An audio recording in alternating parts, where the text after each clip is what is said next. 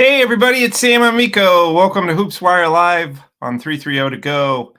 We're right in the smack dab, what everybody hopes is the middle of the first round playoff series between the Cavs and the Miami Heat. Excuse me, game 3 Saturday afternoon. Saturday matinee in Miami. That's always kind of scary.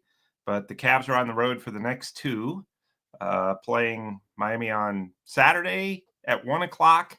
And then Monday, I believe that's 7 o'clock start both those games in Miami. The Cavs win them both. They move on to the next round, which is clearly the goal. Both these first two games, recapping those, close at times. And then you have a Cavalanche. The great thing, I don't know if you know this now, we now have snow machines inside Rocket Arena. Game 3, the Heat cut it. Cavs had a 19-point lead in the second half of Game 3, as you know. The Heat cut it to 2, 103-101 with 3 minutes left. But during that streak, and we'll get back to that in a second, but during that streak where the Cavs built the 19-point lead in the second quarter, and they hit 11 threes, which was a playoff record in Cleveland for threes in a quarter. They hit 11 threes in the second quarter, and I believe the old record was 9. But regardless, while that was happening and the Cavs were building this lead and getting up, snow started coming from the rafters into the stands. And I just saw it, and I thought it was confetti. And then some of it fell on me and fell on us at press row, and it was wet. It was actual snow, like they have at, a ski resort.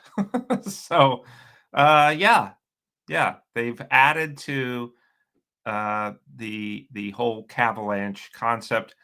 I love, in the press conference after the game, Kenny Atkinson was talking, and very, usually you've probably seen him interviewed, very cordial, but pretty professional, and he just threw that in there. He's like, well, in the second quarter, I guess we had the Cavalanche.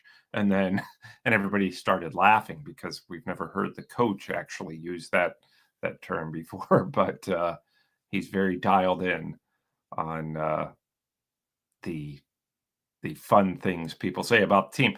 So 103-101, there was never any point where I thought the Cavs might lose that game, but I thought if they don't, quit messing around, they could.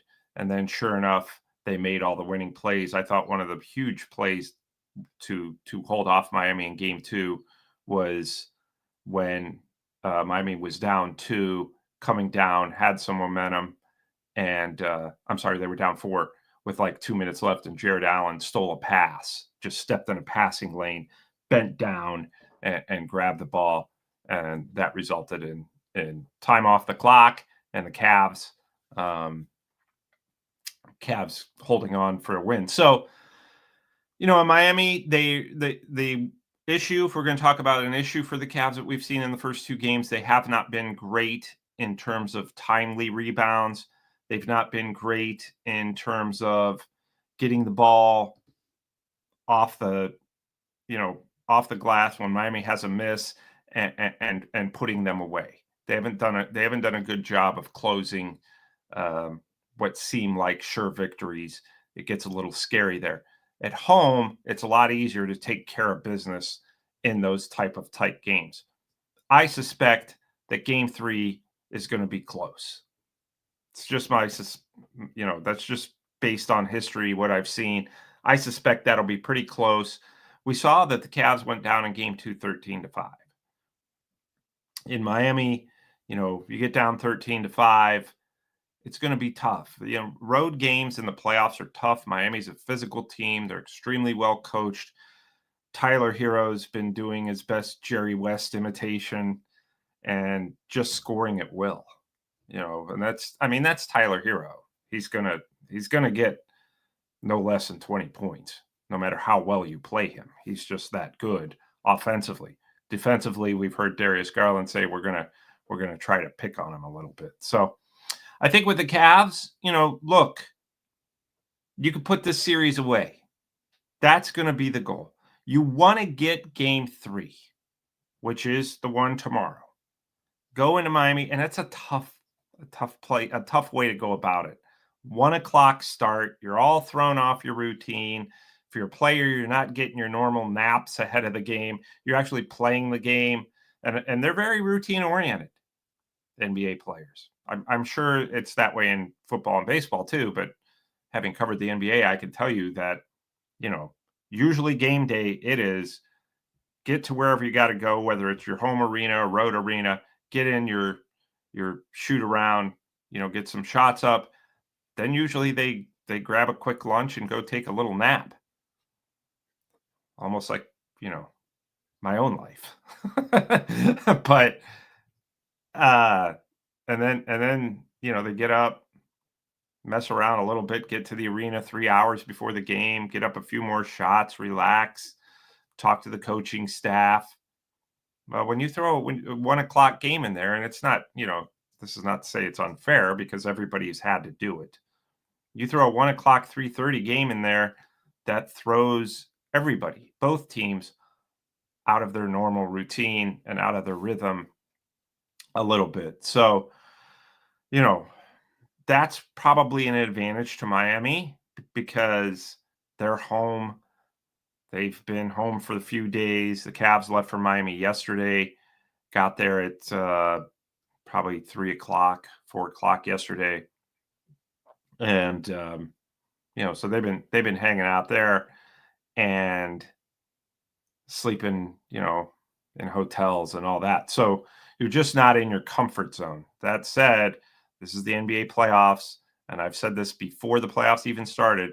In order to get where you want to go, which in the Cavs case is a championship, and they believe they can win one, wouldn't that be something? I could be Grand Poobah at the parade. I doubt they would ask me to do that, but I would volunteer. And I think that I lost my train of thought. Oh, if you want to get there, you've got to win road games. I know the Cavs have, all they have to do is win their home games, but you get into the next series or the series after that, you're talking hypothetically the Indiana Pacers or the Boston Celtics. I strongly suspect one of those teams can win in Cleveland, so you have to win on the road. And really, if you look at the first round series, Miami's not your typical number 8 seed. They're actually the number 10 seed because they got in through the play-in tournament. They finished with the 10th best record in the Eastern Conference, which was the absolute bottom that you could have potentially gotten into the playoffs. Well, they did that because they're extremely well coached. Eric Spoelstra could coach a toaster to the Eastern Conference Finals. I mean, he's just that good. So when you look at Miami and the adjustments that they make, they don't have the depth or the talent of the Cavs. It's not close. I'll guarantee that the Cavs will get out of the first round. How many games? That's the mystery, and game 3 is going to tell us a lot. The Cavs lose game 3. It's only 2-1. Then there are some questions are can we win road games? If you lose game 3, it's not a huge deal. You got to go in and win game 4. You've got to make quick work of this series because you're highly favored. But again, Miami is no typical bottom seed because they are built for the playoffs. They have a coach who's gotten his team, he's coaxed his guys before to will themselves to wins. And you know what? The Miami Heat, what was it, 2 years ago, were the number 8 seed and went to the finals before losing to the Nuggets. So I think those are, obviously different playoff scenarios. The Heat had Jimmy Butler then. They don't now. Really, aside from Hero and Bam Adebayo, you don't have to worry about too much. But we know this. Anybody who follows the NBA knows this. Role players always play better at home. So that means the guys who haven't been playing very well against the Cavs in Miami are probably going to play pretty well, or I'm sorry, in Cleveland, are probably going to play pretty well in Miami. So, with the Cavs, this is an opportunity to come out and, say, look, we're the true number 1 seed because we're beating the number 8/10 seed on their own court. And in order to do that, you've got to do a better job at the intangibles, getting loose balls. When there's a basketball that's rolling around on the court, you've got to go get it. They haven't felt, I'm telling you the players, I can tell from a human nature standpoint, have not felt the need to do that because they're beating the Heat anyway without doing those things. But in road games, you generally have to do, it's those little intangibles, and it's a good habit to get into. Long rebounds. Those always kill teams. When the Heat take a shot and miss it and the ball bounces back out 20 feet away from the hoop, you can't let Miami get those just because they're standing around the perimeter. You've got to go get those. You can't just reach. Kenny Atkinson has said this. Can't just reach for the rebound. You've got to put a body on somebody, the very fundamentals of basketball. Put a body on somebody and then go get it. Now, we're talking about a 64-18 team that has a 2-0 lead in their Eastern Conference playoff series, and here we are coaching them. But not every game is going to be perfect, and it doesn't have to be. But in order to get wins on the road, you've got to do those little things. Cavs are going to score points. That's never a problem. It's never a problem. They just have too many weapons. Miami's not going to be able to slow them down. Between Mitchell, Garland, Mobley, Ty Jerome when he gets going. Ty Jerome only had 6 points in game 2 after 28 in game 1. So that opened things up for Max Strus, who had a fantastic, very underrated game 2, 15 points, I believe. DeAndre Hunter, after going scoreless in game 1, went for 12 in game 2. So offense is never going to be an issue with the Cavs. It's the little things that are going to be able to make you make quick work of this series. They say they know that. So we'll see what happens. But, if the Cavs get game 3, it's over. It's already, in my opinion, over. But I don't know how quickly they will get out of this. I said before the series, Cavs in 5. I'm going to stick to that. But just because Miami's, they're just built for the playoffs, and even though they're not very good, they're going to get a game. That was my prediction before the series. The way I've seen them play in Cleveland, I think they can get a game in Miami. I'd rather see it be game 4. Cavs are up 3, go up 3-0. No team has ever come back from a 3-0 deficit. If the Heat get a game, you get game 4, the token win in Miami, and then the Cavs come home and finish the series. Frankly, I'd like to see the Cavs go to Miami and win both. I mean, that's what everybody's rooting for, right? You want to get out of this series. You're hoping this Indiana-Milwaukee series goes a little longer. So Cavs get a little break in there, let them beat each other up. They do not like each other, boy, do they? The Pacers and the Bucks. That's the NBA's most quiet rivalry because they're both in, they're not in huge media markets, Indiana, Milwaukee. And they're always scrapping. Neither team is known for that. Neither team is known for, hey, they've got a bunch of hotheads. They're going to be, when you face them, you better be ready to, hear their trash talk and get in fights. They don't do that, the Pacers and Bucks, unless they're playing each other. So there's a lot of trash talking between them, a lot of billboard material coming out in these press conferences. Now the series is shifting to Milwaukee.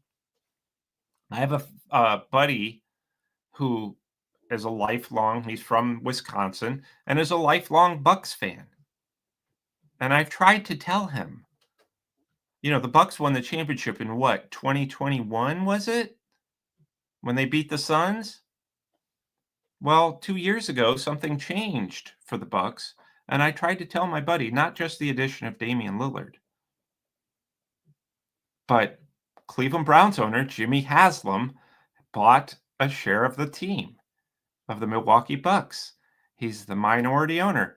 And then the Bucks lost in the playoffs the first round. And I told my buddy, you know, I knew as soon as Jimmy Haslam got involved, you were in trouble. So I don't know. The Bucks have not been great since Jimmy Haslam. I don't think he has much to do with that. Although Doc Rivers said he talks to Jimmy Haslam every day. Doc Rivers, the Bucks coach, of course, talks to Jimmy Haslam every day. Speaking of Jimmy Haslam, and this font I just saw on the screen, don't bother me, during Browns games, we have the Cleveland Browns draft. It seems like mixed emotions. The Browns, they traded down, as you know. This is just me.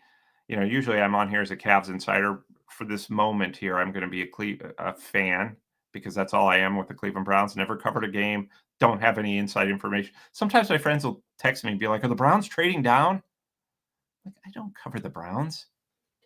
Will they do something moronic? Probably. But I don't have any inside information. So then I always text back my buddies who do that something that's related to their job, but not actually their job. Like one of them's an engineer, so I start asking him chemistry questions, and he's like, "I'm not a chemist." I'm like, "Really? Well, I'm not a Browns writer." So that's my ultimate revenge. Anyway, the Browns traded down from number 2 pick, got number 5. I thought, as a fan, I really like this because they got a number 1 next year as well from the Jaguars, a number 1 pick. So I don't know anything about this kid from Michigan. I don't follow Michigan football. All I know is that who the Browns ended up drafting. All I've heard is that before the draft, Myles Garrett was really, really big on this kid. And this kid's going to be on the defensive line with Myles Garrett. So we'll see. He looks like he's going to be an NFL run stopper, and the Browns really struggled against the run. So we'll see. They've got, if you're watching this live, draft resumes at 6 p.m., I believe. I will not be watching, but I will listen and see who the Browns take. They've got the first pick of the second round and the third pick of the second round. Is that right? I don't know. 33 and 36, however that shapes up. But I guess I like the trade. Historically, the Browns have not done well when they've traded down. It's been a nightmare, actually. So we'll see. We'll see how this goes. You never know until people take the field, right? So back to the Cavaliers. Get away from the Milwaukee Bucks, Jimmy Haslam, and the Cleveland Browns. Evan Mobley, Defensive Player of the Year. Definitely deserves it. He has changed the course of games with his defense. He's become, there's nothing more. Evan Mobley's become a much bigger threat at the 3-point line, right? I love that. When he takes threes, you used to be like, no. Now when he takes 3 and he misses, it's like, you know what? It was still a good shot. He only takes them when he's wide open. He does not force that. And I think that's great because that was an area that they wanted to develop with him. But my favorite thing about Evan Mobley offensively is how he gets defensive rebounds and dribbles the length of the floor and starts the offense or finishes. Against Miami, he got a rebound, defensive rebound, dribbled the length of the floor, and dunked it. And I thought that right there is Kenny Atkinson. Kenny Atkinson told Evan Mobley at the beginning of the year, "We want to make you our Draymond Green." Now, nobody likes Draymond Green in Cleveland, but that's what Draymond Green does. He gets rebounds, and then he moves into a point forward, point guard type of role. Mobley hasn't mastered it yet, but he's good enough at it, and he's going to get better because Kenny Atkinson is pushing it. I want him to do it more. I want him to take more threes. But Defensive Player of the Year, I think we saw that come. We saw that most of the year. He's not just blocking shots. He's probably not as good of a shot blocker as Jared Allen, Evan Mobley. Evan Mobley's much better at altering shots, which you don't see on the highlight films, but he makes life so difficult around the basket for opposing teams. Guards who drive, he's always right there. He recovers so well.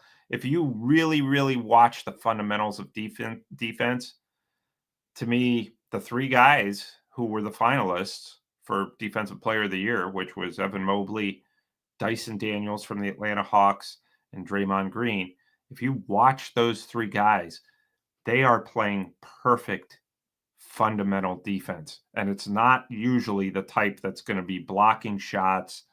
I mean, look, Evan Mobley's great at that, but it's how is he guarding his man one-on-one? How is he recovering when he gets beat off the dribble? How is he offering help defense? And all those guys are fantastic at that. And Mobley, to me, is just better than Daniels and Draymond Green because of his length, being a 7-footer. To me, gave him the true edge. But, you know, it's happy for Evan Mobley because those awards are very important to the players and their teammates. You know, the Cavs, Darius Garland. We ran the Defensive Player of the Year story on hoopswire.com, and Darius Garland and Kenny Atkinson and Jared Allen. We ran comments from all of them who were just all year pushing for Evan Mobley to win this award. And Evan's so quiet, you know, he doesn't complain to the refs. I mean, in the NBA, that's almost unheard of. He doesn't complain to the officials. He's just a quiet guy who goes about his business. As I've said on here, when I'm in the locker room and Evan's laughing, I'm like, what did I miss? Because it must have been really, really funny if Evan is laughing. And it's obviously not a loud laugh. It's more like a smile. But anyway, so I thought that was great for Evan Mobley. We've all seen now, I would imagine, the viral clip of Kenny Atkinson on social media, which was the greatest challenge in the history of the greatest coaches challenge in the history of the NBA, where Kenny's just looking at the ref. The look at the ref when the ref is explaining the call, to me, that's like, it says everything. He said nothing while saying everything. And I think that clip, to me, is probably the best thing on social media when it comes to the NBA this year. So to me, Kenny Atkinson, there he is. Look at that face. Look at that face. It just says it all. And the ref's trying to explain the call to him. And then, of course, Kenny calls a timeout, gets right in the ref's face, calls timeout, and then does one of these. And I just thought it was the best viral moment. There he is, calling the timeout. Yeah, not saying a word.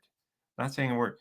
There's a lot of people who would like for me to use my inside voice like that as well, as opposed to saying some of the stupid stuff I say. And there's Kenny waving the finger, you know, circling the index finger around to let the ref know that this is a serious challenge. And guess what? He won that challenge. He challenged 2 calls.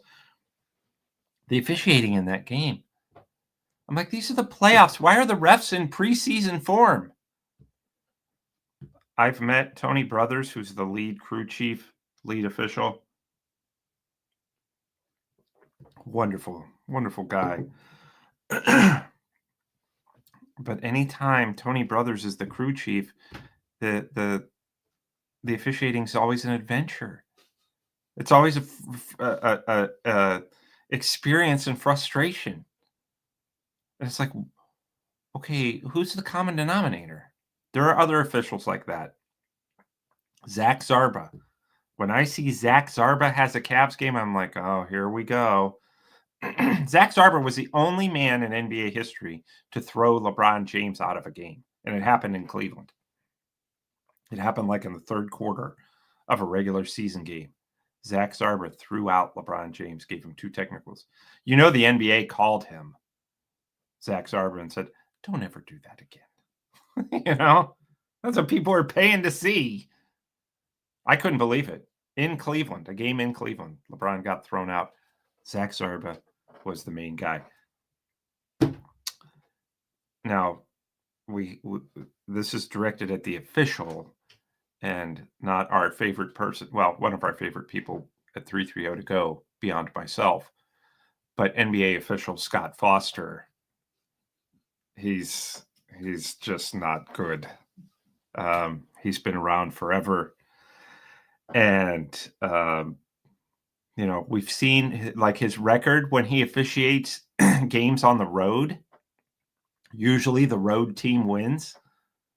For a while there, it was like, 101 and 7 in favor of the road teams. That's how often it happened.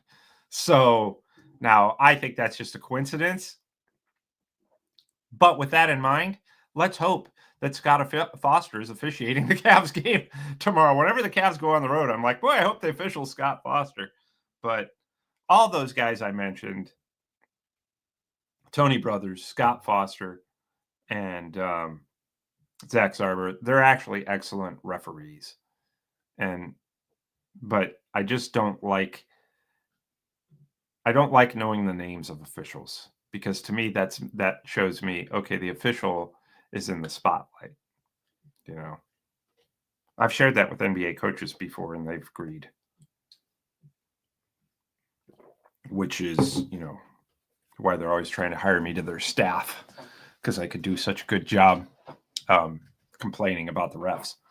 So you look at the Cavs now, to me, this series, now that we've moved to Miami, it's going to come, you're probably going to get you're going to get good games from at least 2 of your big 4, probably 3, which is going to be enough to keep you in games between Jared Allen, Evan Mobley, Darius Garland, Donovan Mitchell.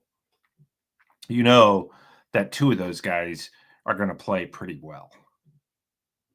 If, usually all 4 do, but even if just 2 of them do.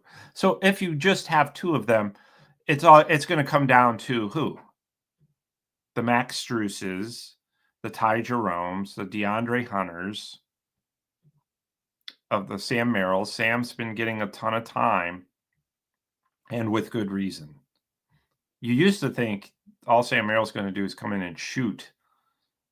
Well, he's not been a great shooter this year. He's just done so many other things so well. And that is battle defensively, make the right play offensively. He's a pain in the butt for opponents, Sam Merrill, which never used to be his game. His game used to be, and again, something Kenny Atkinson changed. Sam Merrill last season, asked the coaching staff, what do I got to do to play more, play regularly? Because remember Sam Merrill last season? We're talking about when the Cavs played the Magic in the regular season. During the regular season, there'd be nights he'd have like 20 points. He came in and it was like, well, this guy can hit threes. He asked the coaching staff this year, what do I got to do? What do I got to do? Kenny Atkinson said, you got to do the more than make threes. You can play if you buckle down defensively, become, not necessarily a stopper, but just an intangible guy, A guy who goes out there and does the other things. We have enough scoring. Go out there and find a way to contribute without it just being three-pointers. Then what has Sam Merrill done? Exactly that. He's not as good of a three-point shooter as he was before, but he's sure a lot better at everything else. So, I think that that's, again, a testament to the coaching staff.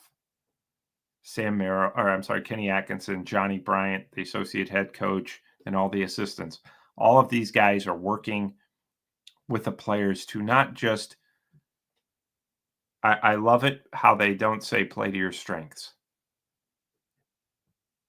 Become a winning player and do whatever you have to do to help us win games. We're not worried about what you do well. We're not worried about you being a niche guy where you just come in and hit threes. Cavs don't have a guy like that. Used to be Sam Merrill. Hey, this guy come in, put him in, he'll come in and hit threes. No, they don't have a specialist anymore. Dean Wade, I would say, is their closest thing to the specialist. Isaac Okoro, too. Both of those guys defend the perimeter. That's it.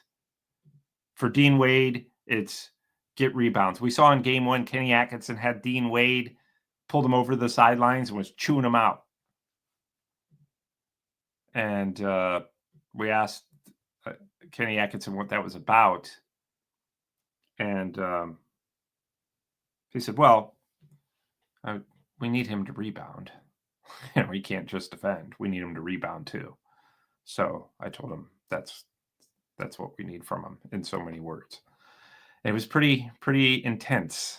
That's the most intense I've seen Kenny Atkinson get to a player. But this is the playoffs. There's no time for, happiness. It's business. You can get happy nerds right here on 330 to go. You don't need it in the Cavs game. So that's it. Series is going to Miami, and I think that the Cavs,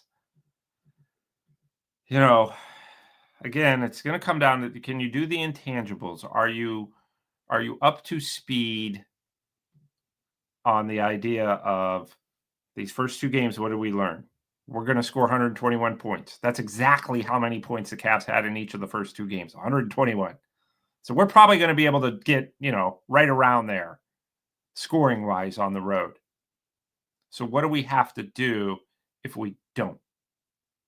What do we have to do if we only get 100, 105, 95? What if we can't make a shot? How do we get this series over with as the highly favored team? You have to do the other stuff, which is, it's not fun to do. But Kenny Atkinson said that's all the Heat do. They make their living getting to loose balls, getting rebounds, stepping in passing lanes, playing a zone defense where every man's locked in. They're just so well coached, and they have ability. This is the NBA. Yes, they're the number 10 seed, but there are NBA players on there. There's great NBA players on that team. In Hero and Adebayo, former Cavs number 1 overall pick, Andrew Wiggins, who's now in year number 10, believe it or not. And whoever thought that Andrew Wiggins and Kevin Love would be on the same team when they were traded for each other when LeBron James came back to Cleveland 10 years ago. Kevin Love, of course, not with the Heat. He's got family stuff going on. I don't suspect that he will be back for the series. But so wishing Kevin well. And Andrew Wiggins, I've been covering the series already. Oh, Davion Mitchell, who's the Heat's D. Mitchell, has been fantastic. The Cavs have to be very aware of that. The guy plays with a ton of energy. He's tough. He's in your face. They're going to have the home crowd behind him. Miami's crowd is probably the lamest in the NBA. So, I mean, because, there's thousands of other things to do in Miami on a warm Saturday afternoon. You just kind of get people who are, people who are going to the games in Miami a lot of times are the transits. They're not necessarily big Heat fans. So they just kind of go because it's something to do. And the crowd is not normally that loud. You have the passionate Miami fans, but it's not like Cleveland. I said on our Full Court Cleveland show last night that I've never been in an NBA building that was louder than Game 6 of the 2015-16 finals when the Cavs came back and won. I mean, it felt like at that point that the building was actually, I wasn't, we use this a lot, but the building truly felt like it was shaking. That's how loud that was. But I thought one of the coolest, we went over the coolest playoff moments in Cavs history on the show. And I'll repeat here, we did a top 3. One of my top 3 was Game 1 of this year. Because I thought, I finally took my seat and I thought, you know what? This is so cool. The Cavs are the number 1 seed in the Eastern Conference. Just sat there and thought about it for a second. Won 64 games. And, it's either them. Everybody's looking at this in the Eastern Conference. It's either going to be them or Boston. How cool is that? Without LeBron James, they had a LeBron James type of season without LeBron James on the team. So you take out the LeBron James era. This has been the greatest season in Cavs history. So when I sat there and before the first tip of Game 1 at Rocket Arena, I thought, this is really cool. If you're a Cleveland sports fan, I'm on the back 9 of my career, at least I hope. But so a lot of times people in my position don't, they're just drudging to the games. When I say my position, I'm not kidding you, what I really mean is my age. But when we've been doing it as long as I have, it's hard to kind of, and I fall into this as well, it's hard to kind of find moments of excitement because you've seen it all, right? But I get to the games and I think, boy, there are a lot of people who would kill for this job. Get to meet, not just current NBA players and talk to them, but NBA legends who are around the arena, guys you grew up watching, playing, and were some of your heroes when you were a kid, and you see them around the arena, and you introduce yourself, you talk to them. This doesn't go for the NBA as any of you who are Facebook friends with me on my personal Facebook page saw me sitting there yesterday with Carlos Baerga with this travel mug, just to prove that it was actually me and not AI. So anyway, that element of the job is always cool to me. But, what's cool to me mostly is the team that you cover and have been covering now full time for 17 years, a team I grew up rooting for. Here they are, the number 1 seed in the Eastern Conference without LeBron James on their team. They've done this totally. This is not to take away from previous Cavs teams or any stars. They've done this totally as a team. They've done it, and it's been fun. They're having fun. That's one thing Kenny Atkinson has stressed. Let's have fun. It's basketball. We're making a lot of money. Let's go out and have fun. Just relax. Don't worry about narratives. Just go have fun. And it's reflecting in the way they play. His message at the training camp was, how to have fun playing basketball? Share the ball. Move the ball. And then when we're up 20 because we've done that, then go get your own shots and whatever. I don't care. But let's get those leads and let's defend. Basketball is so much more fun when you defend. It's fun being a good defensive player. It's not necessarily fun going through what you got to do it, but it's the result is what makes the game fun, and that's what they've been doing. And now I'm just rambling on. I'm getting like into an hour here, so I think that the Cavs. It doesn't matter what I think, but Game 3 worries me. If they win Game 3, then I won't be worried at all about Game 4. I won't care. Be like, yes, it'd be nice to get the sweep. If you don't, so what? Come home and finish off the series. This is a good test for them. If you're talking about a first-round opponent, this is a good test. And Kenny Atkinson has said that. This Miami team is going to challenge us because that's just who they are and that's what they do. And he's right about that. They play hard, they play smart, and it's a good tune-up, assuming the Cavs, we all assume they'll get out of this series. I'd like to see them do it quickly, but it's a good tune-up for the next round. Without it being too tough, you hope, of a tune-up like last year. So with that in mind, enjoy the rest of the NFL draft, and which I believe is there are 2 rounds tonight, and then they finish it up on Saturday. And then it's just Cavs all the way, baby. Cavs from here on out. They're, and Guardians too, but Cavs in the playoffs. That's it. Browns, we can worry about them in August, which I will certainly do, with probably in great dismay. But at any rate, thanks so much for watching, and we will talk to you next week. See you then.